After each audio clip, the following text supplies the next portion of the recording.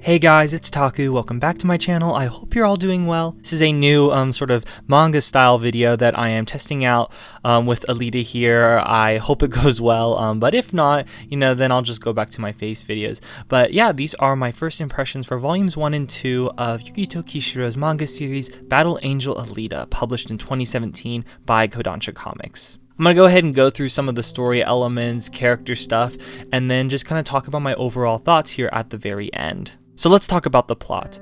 Only the few and the fortunate are permitted to live in the shining space city of Zalem, a utopian metropolis which floats high above a desert wasteland.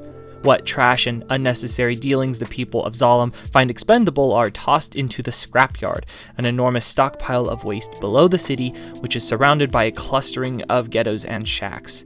This is where the rest of humanity, flesh and cyborg alike, eke out a living, surviving by grit and brute strength alone. While scavenging a pile of discarded android parts, Daisuke Ito, a cyborg repairs doctor, finds the head of a young female cyborg amid the scraps. Dr. Ito builds a new body for the head and names her Alita. Although Alita's memory upon activation is foggy and lost to her, she still wishes to stay by the good doctor's side.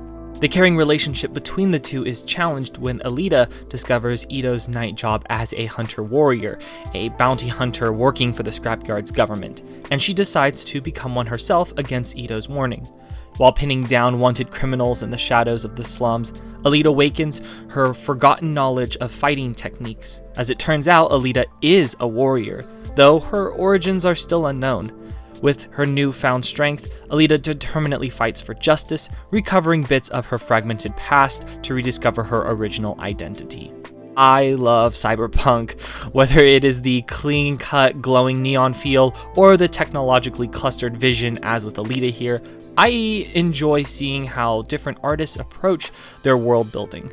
Whereas Ghosts in the Shell, one of my other favorites, is more cerebral focused, showing how cyber enhancements in the brain transform humanity's relationship with the internet, Alita sticks to altering the physical body. The toughest of cyborgs that enjoy fighting in the arena are equipped with metal arms capable of lifting megatons. Might certainly makes right in the Scrapyard. When not admiring the glorious physiques of the various strong-arm hunter-warriors, we can look to the background art for a cyberpunk influence. Often, pages of the comic will pass with little to no dialogue, leaving the reader to simply awe at the setting artwork or detail landscape imagery.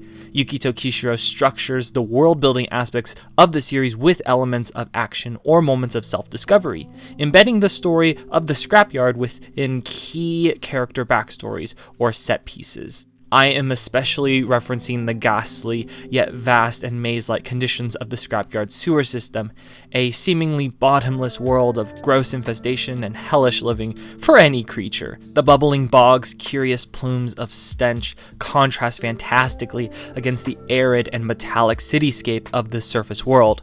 What binds them, however, is a prevailing sense of lawlessness and chaos. Despite having come to the manga from watching the 2019 live-action film, I found Alita to read incredibly easy on its own. Each story element flows to the next well enough to warrant having the series on your shelf along with the film's Blu-ray. Both the film and the manga have their own subtle differences, mainly concerning changes to the appearances of certain characters or their omission entirely, but again, they both hold well on their own. Perhaps the only major crime as a film watcher is the sad discovery that Motorball isn't in the manga at all, or at least it's not in the first couple volumes. Kodansha's first deluxe edition volume ends on the film's climax, so I'll have to see how the cliffhanger is resolved in the manga. I wonder if it's anything like the cool ending that the film had.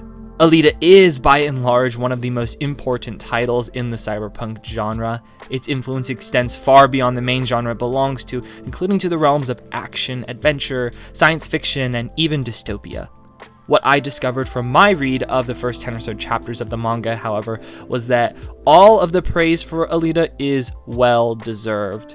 Whether you liked the film as much as I did or not, you are bound to love the empowering female narrative of the Battle Angel Alita manga even more. I'm sure you will hear more about my Alita journey as I pick up more volumes, but we're off to a fantastic start so far. Now the question is whether I should continue the series in the Kodansha deluxe hardcovers or move to digital since, you know, it's cost effective and saves a ton of shelf space. I've got lots to think about.